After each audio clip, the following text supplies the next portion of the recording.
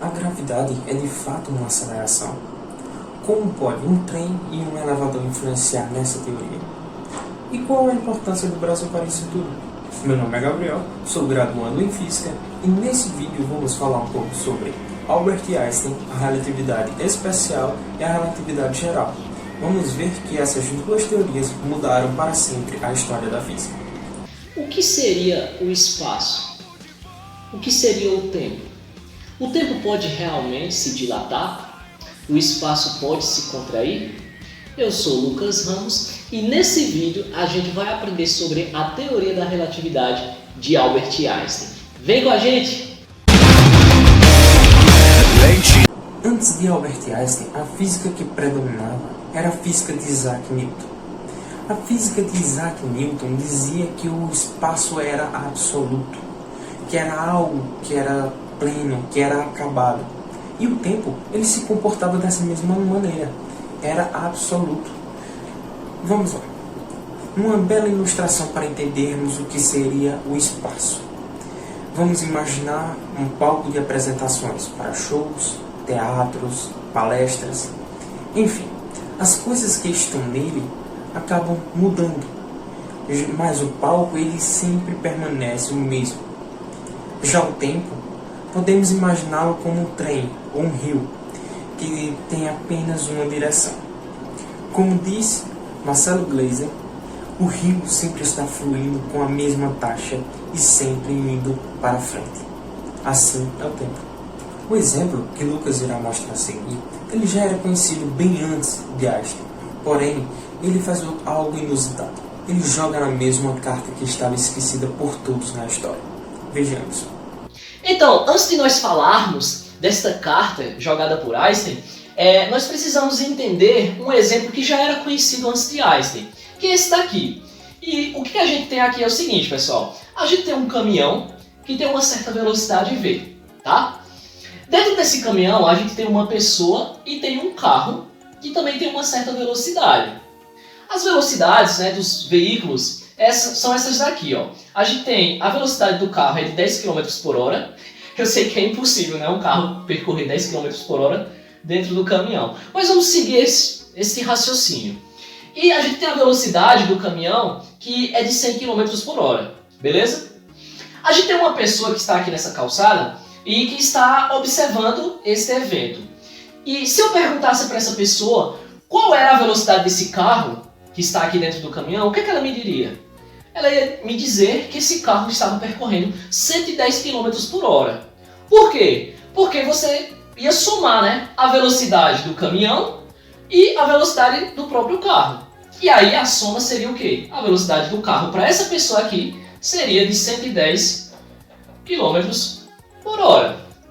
Agora, se eu perguntasse para a pessoa que está dentro do caminhão qual era a velocidade desse carro aqui, o que ela ia me dizer? Que a velocidade desse carro era de 10 km por hora. Vocês entenderam? Agora, aí vem Albert Einstein. Aí Einstein pensa o seguinte, mas se no lugar do carro estivesse a luz, será que seria esse o mesmo raciocínio que a gente ia ter e interpretar a velocidade da luz? E agora? Agora nós precisamos de Albert Einstein. Assim ele cria a teoria da relatividade especial. Essa teoria tem como dois postulados como base. O primeiro postulado, ele se baseia em Galileu Galilei. Ele afirma que as leis da física são as mesmas em todos os referenciais inerciais. Ou seja, as leis são as mesmas em todos os sistemas de referência em que os corpos livres não têm o seu estado de movimento alterado. As leis são as mesmas em qualquer objeto que está em movimento com velocidade constante. No nosso exemplo, observamos que as leis da física não podem ser diferentes na estação e nem no trem. O segundo postulado diz que a velocidade da luz é uma constante na natureza e ela pode ser representada pela letra C nas nossas equações. Com esses dois postulados vêm as demonstrações de Einstein, que são a simultaneidade, dilatação temporal e a contração especial. Vamos observar alguns exemplos. Como o Gabriel comentou, um dos exemplos é a simultaneidade. Ou seja, quando dois eventos ocorrem ao mesmo tempo. E essa é a pergunta, se os dois eventos ocorrem ao mesmo tempo. E no nosso exemplo aqui, a gente tem um trem e a gente tem dois raios que caem ao mesmo tempo para o rapaz que está aqui na estação. Então a gente tem um rapaz aqui na estação em que, no momento em que o trem passa no meio da estação, ele observa dois raios caindo ao mesmo tempo. Agora a pergunta, esses dois raios eles caem ao mesmo tempo para qualquer referencial? E aí a gente observa que não. Então, por exemplo, como eu já comentei, para esse rapaz que está aqui na estação, os dois raios caem ao mesmo tempo. Agora, a pergunta, se a gente tiver uma pessoa dentro do trem, será que esses dois raios vai cair ao mesmo tempo para essa pessoa que está dentro do trem? E a resposta é não. Então, olha aqui comigo. A gente tem um trem que está com velocidade para frente, tá? No momento em que os dois raios caem ao mesmo tempo para o rapaz que está na estação, para essa pessoa que está aqui, como a velocidade do trem está indo em direção à frente, a luz desse primeiro raio tem a direção oposta. Então isso significa que a luz desse raio vai percorrer uma distância menor do que a luz desse raio que está aqui atrás. Não sei se vocês percebem, mas olha, essa velocidade aqui do raio 2, ela tem a mesma direção do trem.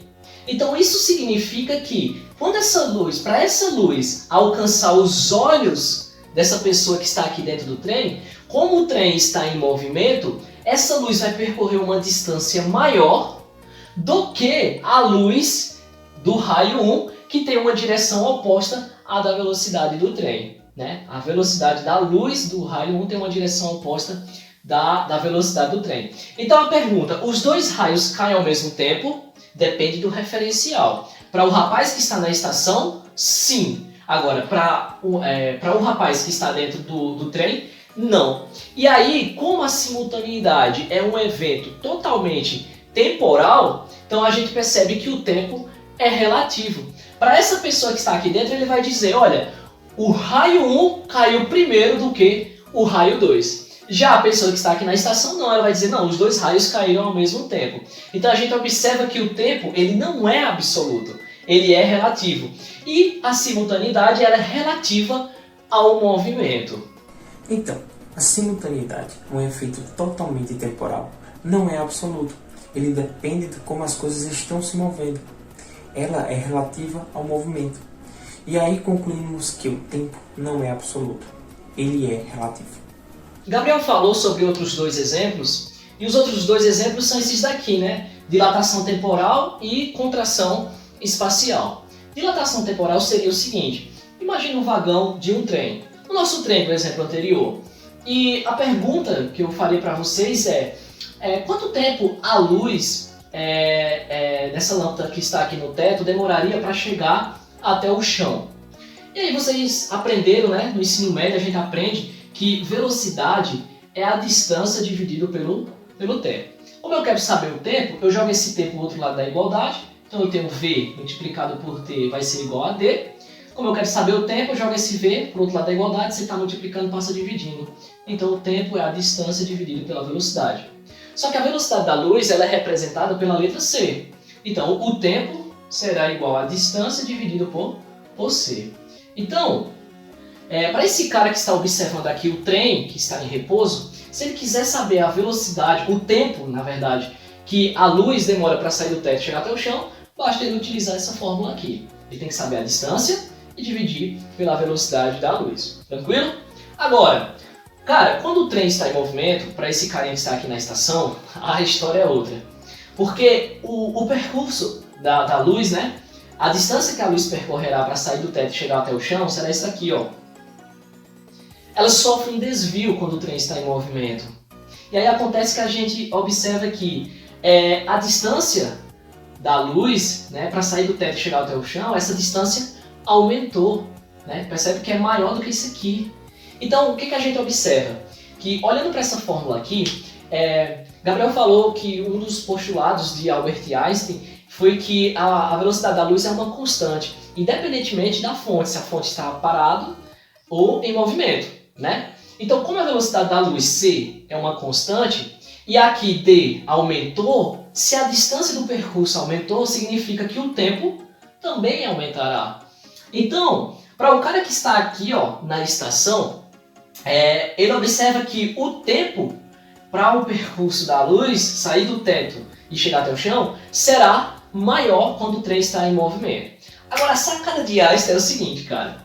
Imagine um cara aqui dentro, o trem estando em movimento. E aí a pergunta, quanto tempo a luz demoraria para sair do teto e chegar até o chão? Para o cara que está dentro do vagão do trem. E aí o tempo seria o mesmo como se o trem estivesse em repouso, para ele que está aqui dentro. Então para ele não existe nenhuma diferença se o trem está em movimento ou se estivesse em repouso. Então o que significa aqui? Significa que o tempo para o cara que está dentro do trem, ele passa mais devagar do que para o cara que está fora do trem.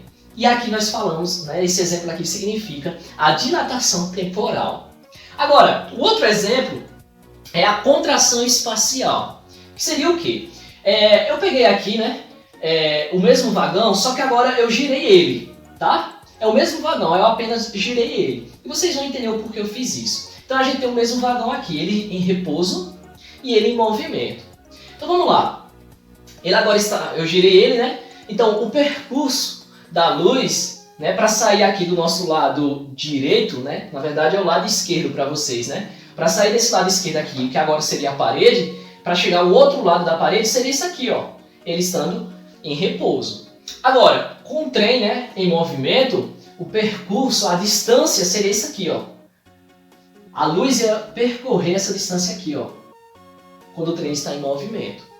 E aí o que está acontecendo aqui? Acontece que isso aqui, levando em conta o cara que está aqui na estação, que está observando esse evento. Quando o trem está em repouso, ele vai observar isso aqui. Ele vai observar a luz percorrendo essa distância aqui. Agora, quando o trem estiver em movimento, ele vai observar a luz tendo essa distância aqui. Beleza? Então o que está acontecendo aqui? Está acontecendo que quando o trem está em movimento, a luz, o espaço é maior. E quando o trem está em repouso, o espaço é menor para o cara que está na estação.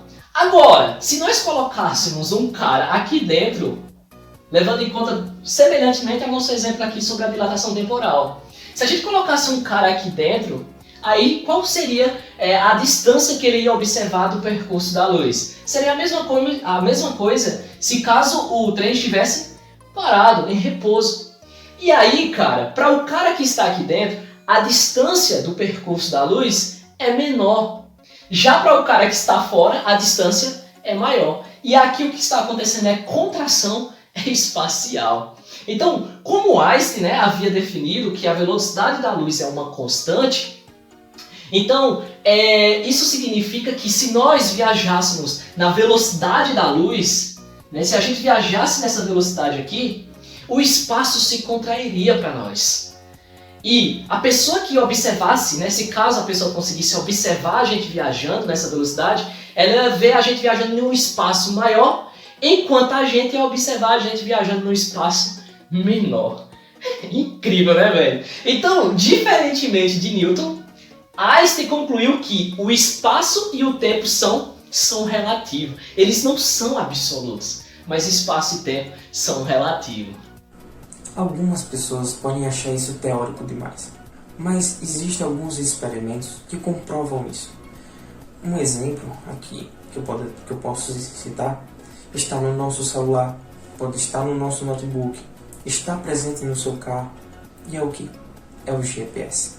Durante toda a relatividade especial ou restrita, vocês devem ter percebido que a gente não trabalhou com aceleração. Einstein também percebeu isso, e ele queria generalizar para que pudesse ser encaixado para todas as ocasiões, todas as situações. Porque no nosso dia a dia observamos que os objetos são acelerados e desacelerados. Então, alguns anos depois, Einstein surge com a relatividade geral. E o primeiro princípio que vamos citar nesse vídeo é o princípio da equivalência, que todos os corpos caem com a mesma aceleração. Depois Einstein pensa o seguinte, ele lembra da lei da gravitação de Newton, que é expressa, né, por essa equação aqui, onde você tem a constante gravitacional, que é esse valor aqui, ó, multiplicado pela massa do corpo maior vezes a massa do corpo menor, dividido pela distância ao quadrado. O que seria isso aqui? Imagina um corpo que está em órbita ao planeta Terra, tá? Então, a Terra seria esse corpo, seria um corpo com a massa maior, e esse corpo que está em órbita seria a massa menor, o mzinho aqui, tá? Então, do centro da Terra até esse corpo, a gente tem uma distância. Então, a força gravitacional, a força de interação entre esses dois corpos, é expressa por essa equação aqui, né? E lembrando da terceira lei de Newton, né? Toda ação tem uma reação, então a Terra está atraindo esse corpo, como também esse corpo está atraindo a Terra. Porém, a Terra tem uma massa maior. E acontece o seguinte, se esse corpo está em órbita com a Terra, lembrando também, né? Muitas pessoas acham que o fato de estar em órbita é porque não tem gravidade lá. Tem gravidade. Só que o que acontece é que esse corpo ele tem uma velocidade própria, que é apontada para essa direção aqui, ó. E aí acontece é que esse corpo, quando ele é puxado pela força gravitacional da Terra, a própria velocidade dele, por ele ter essa velocidade nessa direção, o faz ele voltar ao estado onde ele estava. Então ele cai e volta, ele cai e volta, e é por isso que ele fica em órbita. Beleza? Então o que acontece? Mas vamos supor que em um determinado momento esse corpo ele acaba sendo atraído pela Terra, tá? Ele não consegue voltar ao seu estado, ele não consegue voltar ele não tem mais aquela velocidade, então por isso que ele acaba sendo atraído pela Terra. E aí sendo atraído pela Terra, ele começa a cair, tá? Em queda livre, indo em direção ao centro da Terra. E aí Albert Einstein lembra da segunda lei de Newton, né? Força é igual a massa vezes a aceleração. Então, como a gente tem aqui, ó, F e F, temos as forças aqui, então a gente vai igualar. A gente pega o valor da força gravitacional e iguala com a força pela segunda lei de Newton, onde massa vezes, onde a força vai ser igual a massa vezes a aceleração de queda livre. E aí acontece o seguinte, né? Como a gente está falando desse corpo que está caindo em direção ao centro da Terra, a gente pode cortar esse m com esse m aqui, que é a massa do corpo menor, e aí sobra quem? Que a aceleração gravitacional será igual à constante gravitacional multiplicado pela massa do corpo maior dividido pelo raio, né, a distância ao quadrado. Beleza? E o que isso significa? Isso significa que a aceleração de queda livre vai ser igual à força gravitacional que a Terra exerce sobre o corpo que estava em órbita. Uns exemplos para deixar bem claro isso aqui seriam esses daqui.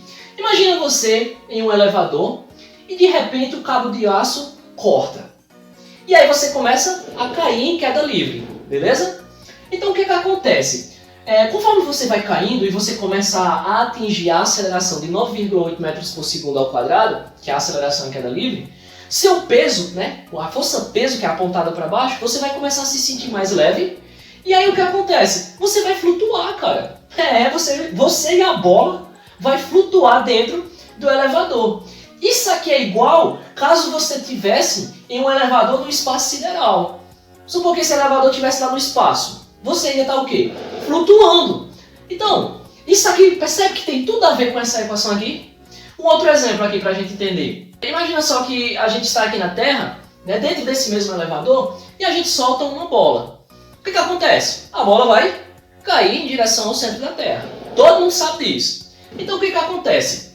Se caso a gente pudesse colocar uma turbina nesse elevador e ele começasse a subir para o espaço, lá no espaço sideral, a gente sabe que lá no espaço, tanto você como a bola está flutuando. Mas caso a gente colocasse essas turbinas e esse elevador atingisse uma aceleração de 9,8, né? Começasse a atingir essa aceleração de 9,8 metros por segundo ao quadrado, se caso você soltasse a bola lá no espaço, ela ia cair. Então percebe que não existe, né, na mente de Einstein, não existe essa diferença entre aceleração e queda livre com a força gravitacional. Então pessoal, seguindo o nosso raciocínio, só que agora, ao invés de uma bola, você tem um laser, tá? Você está dentro de um elevador segurando um laser. E aqui eu coloquei duas situações. A primeira situação é o seguinte, imagina você, né, segurando o laser dentro de um elevador que está parado, velocidade zero. Então, o percurso, né, da luz do laser será o quê? Em linha reta. É o que está acontecendo aqui, ó. Beleza? Se caso você tivesse com uma velocidade, mas que ela seja constante, vamos supor que o elevador estivesse subindo a 5 km por hora, por exemplo, e ele não subisse a 6 km por hora, nem a 7 km por hora, né, a velocidade permanecesse os 5 km por hora, a trajetória, né, seria também da luz em linha reta. Agora, nessa segunda situação, e aí semelhantemente ao nosso exemplo anterior, vamos supor que a gente colocasse turbinas no nosso elevador e subisse para o espaço, beleza? E aí a velocidade fosse variando, tá? Com a aceleração. Então, o que aconteceria? Lembra lá do nosso exemplo que caso você estivesse no elevador, né, que tem turbinas, no espaço, e você, por conta da aceleração, mesmo estando no espaço sideral, se você soltasse uma bola, ela cairia? Pois bem, acontece aqui que no nosso elevador, por ele estar acelerado, a luz vai sofrer uma curvatura. Ela não vai ter mais essa trajetória aqui em linha reta. Ela agora vai ser curva. E aí a pergunta, né? Essa curvatura, né? Esse desvio que a luz sofre, é por conta da aceleração? Sim, entre aspas. E aí eu queria que vocês entendessem. E agora, velho? Aqui é onde tá a mágica. Meu Deus, isso aqui é muito forte. Olha, lembra que Einstein, né? Nos exemplos anteriores a gente viu que não existe diferença entre a aceleração e a força gravitacional. Então, o que está acontecendo aqui é o seguinte. A aceleração, por isso que eu coloquei aqui sim, entre aspas, a aceleração, na verdade, ela está encurvando o espaço. E aí a luz que está indo, né, percorrendo no espaço, ela acaba sendo desviada. Mas na verdade a aceleração está encurvando o espaço, não a luz. Olha como isso é massa, velho. Seria mais ou menos, imaginei aqui uma coisa aqui para ver se fica melhor para todos nós entendermos. Imagina um rio que tivesse, né, esse formato aqui, tá? Todos os anos chove a mesma quantidade e quando a água vem, ela vai percorrer o quê? O formato do rio, tá? O caminho do rio, na verdade, né? O formato do caminho do rio. Agora vamos supor que em uma determinada época choveu pra caramba. Teve um ano aí que a chuva foi desastrosa e mudou o caminho. Ou seja, aqui essas bordas aqui mudaram. Aí vamos supor que ficasse assim as bordas, tá? Quando a água vier, ela vai seguir o quê? Ela vai seguir o caminho, o novo caminho agora que está formado. Entenderam? Então o que acontece aqui? A aceleração ela encurva o espaço onde a luz vai passar. E aí é por isso que a luz sofre um desvio. E aí Einstein pensa o seguinte: se a aceleração encurva o espaço e não existe diferença entre a aceleração e a força gravitacional, então isso significa que se um corpo passar em um objeto com massa muito grande, vamos supor, se um corpo passar próximo a uma estrela, e aí é onde a gente vai entrar sobre o eclipse, só que antes nosso amigo Gabriel vai comentar mais sobre isso aqui, significa que a luz também vai sofrer um desvio por conta da gravidade. Vixe, isso é muito lindo, velho. Então, quanto mais acelerado o elevador estiver, mais curva será a luz do laser. Agora, na mente de Einstein, não foi a aceleração que encurvou a luz. A aceleração ela encurvou o espaço. E o raio da luz, que sempre está em um plano, aqui por exemplo, em um plano, e está sempre buscando o caminho mais curto entre dois pontos, ele será curvo. Vamos imaginar que o espaço seja essa folha, e o meu dedo indicador e polegar seja um ponto, e meu outro dedo e o polegar também seja outro ponto. Como a luz ela está indo em linha reta, né, nesse plano, mas o espaço ele está apresentando essa curvatura, a luz de certa forma terá uma perspectiva, também estará sendo curvada. Agora, se a aceleração ela consegue curvar o espaço, então a gravidade ela também se curvará. Olhando para a nossa equação, se eu souber a quantidade de massa que está em um certo volume e a distância do evento, usando geometria a gente consegue calcular como esse espaço ficará curvo por causa da sua massa. Na relatividade restrita, aprendemos que podemos ter a contração espacial e a dilatação temporal. Agora, Einstein ele está dizendo que a presença ou da matéria ou de energia, ela encurva a geometria do espaço e afeta a passagem do tempo também. 3 eventos comprovam a relatividade geral. Primeiro, a radiação eletromagnética ela é desviada para o vermelho por fortes campos gravitacionais. Segundo, o periélio de Mercúrio. E terceiro, a curvatura da luz das estrelas. Neste vídeo, só vamos apresentar esse terceiro ponto, a curvatura da luz das estrelas. Então, pessoal, um dos eventos, que Gabriel comentou aí, que comprovam a teoria da relatividade geral de Albert Einstein, é o eclipse. É o eclipse solar. E aí Einstein pensou o seguinte, ele precisaria de um eclipse solar para poder ele comprovar a teoria da relatividade geral. Por quê? Porque ele imaginou as estrelas que ficam atrás do Sol. Tá? Essas estrelas que ficam atrás do Sol. E aí, lembrando do nosso exemplo anterior, onde Einstein disse o seguinte, pensou o seguinte, Então, se a luz sofre um desvio por conta que a aceleração encurva o espaço, se a aceleração encurva o espaço, significa que a gravidade também encurva o espaço, já que a aceleração e a gravidade são equivalentes.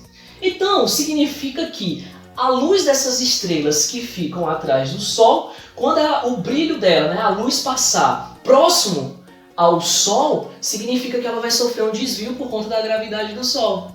E é exatamente isso que ocorre. Agora, ele precisaria de um eclipse porque, para nós que estamos aqui na Terra, e o Sol está mais próximo da gente do que essas estrelas, o brilho do Sol é muito grande, cara. Então não dá para ver esse evento. Já com um eclipse, ele ia conseguir ver. Por quê? Porque é o seguinte, considerando esse sistema aqui, Terra, Lua e Sol. Então a gente tem a Lua aqui, que está numa distância de 384.400 quilômetros, e a gente já tem um Sol que já está quase, aproximadamente 150 milhões de quilômetros, está bem distante da gente. E por conta dessa distância enorme do Sol, quando ocorre o eclipse solar, que é quando a Lua fica entre a Terra e o Sol, o brilho do Sol tem esse percurso mais ou menos isso aqui, tem mais ou menos esse percurso aqui. Tá? E aí, por conta que a Lua o Sol está brilhando, a Lua, e aí o que acontece, pessoal? Acontece que é como se a Lua, isso por conta da distância, é como se a Lua preenchesse praticamente todo o Sol. E aí a gente só consegue enxergar um pouquinho do brilho do Sol nas suas bordas. Com certeza muitos de vocês já viram um eclipse, ou se não viram é só colocar aí na internet que vocês vão ver. Agora, isso por conta da distância, porque a Lua é muito menor do que o Sol, beleza? Então o que acontece? Com o eclipse, aí ele observou o seguinte, que por exemplo, essa estrela que está aqui, que está nessa posição aqui, quando a luz dela passa próximo ao Sol, ela sofre um desvio. E aí ela aparenta para nós que estamos aqui na Terra, nessa posição aqui. Ela sofre um desvio por conta da gravidade, e aí, na verdade, a posição verdadeira dela é essa. Mas para nós que estamos aqui na Terra, nós vamos ver ela nessa localização aqui. E aí, os astrônomos, e aí Gabriel vai fechar mostrando para vocês aonde foi, que foi visto esse eclipse. Enfim, os astrônomos, eles calcularam o ângulo, tá, do desvio, que foi de 1,75 segundos de um ar. O que seria isso, A gente sabe que um círculo completo tem 360 graus. Se eu dividir por 360, eu vou ter o quê? 1 grau. Se eu pegar 1 grau e dividir por 60, eu tenho o quê? 1 minuto de grau. E se eu dividir 1 minuto de grau por 60, eu vou ter o quê? 1 segundo de grau. O que eles calcularam foi 1,75 segundos de um arco, o desvio que a luz sofreu. E aí, meu amigo, aí Albert Einstein virou estrela no mundo, cara. Depois disso, e mostrou, que a teoria da relatividade geral estava correta e, de fato, a luz sofria um desvio por conta da gravidade. Uma das perguntas que foi citada no início desse vídeo foi a importância e qual o papel do Brasil para a relatividade geral. Bem, houve um eclipse total do Sol em 1919, no interior do Ceará, numa cidadezinha chamada Sobral, onde permitiu que os cientistas britânicos confirmassem as previsões de Albert Einstein sobre como a luz se comporta em relação à gravidade. Meses depois do fim da Primeira Guerra Mundial, a façanha catapultou o físico, que até então era pouco conhecido, para uma fama mundial. Nos anos seguintes, a relatividade geral de Einstein permitiria a formulação da teoria do Big Bang, um modelo para explicar a evolução do nosso universo. Um ramo especial da astrofísica, a cosmologia, ela foi criada para só estudar esse tema. As ideias do alemão também permitiram que os cientistas desenvolvessem a ideia dos buracos negros, e muitos anos depois, o funcionamento do sistema de GPS, que usa a posição de satélites no espaço para localizar aparelhos aqui na Terra, como celulares, notebooks e também os carros. Neste vídeo, vimos coisas fascinantes. Vimos um pouco sobre Albert Einstein, vimos a relatividade restrita e a relatividade geral. Vimos como essas teorias elas se comportam e o que elas dizem, e também algumas dessas aplicações, algumas de suas aplicações no nosso cotidiano.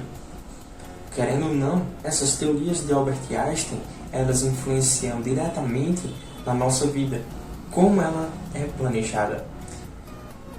Não conseguimos ir a um lugar sem utilizar um celular. Também no nosso carro utilizamos o GPS. Nossas redes de satélites estão aí para disponibilizar internet. E quem consegue viver hoje sem algum desses aparelhos? Se você chegou até esse ponto do vídeo e ainda não conseguiu entender o que a relatividade geral quer dizer, eu quero dizer o seguinte: você entende a relatividade quando vê que uma hora com a sua namorada parece um minuto e um minuto sentado em um formigueiro parece uma hora. Muito obrigado. Por favor, não deixem de se inscrever, apertem o sininho e deixem o seu like. E se puder, compartilhe também. Compartilhar conhecimento é bom.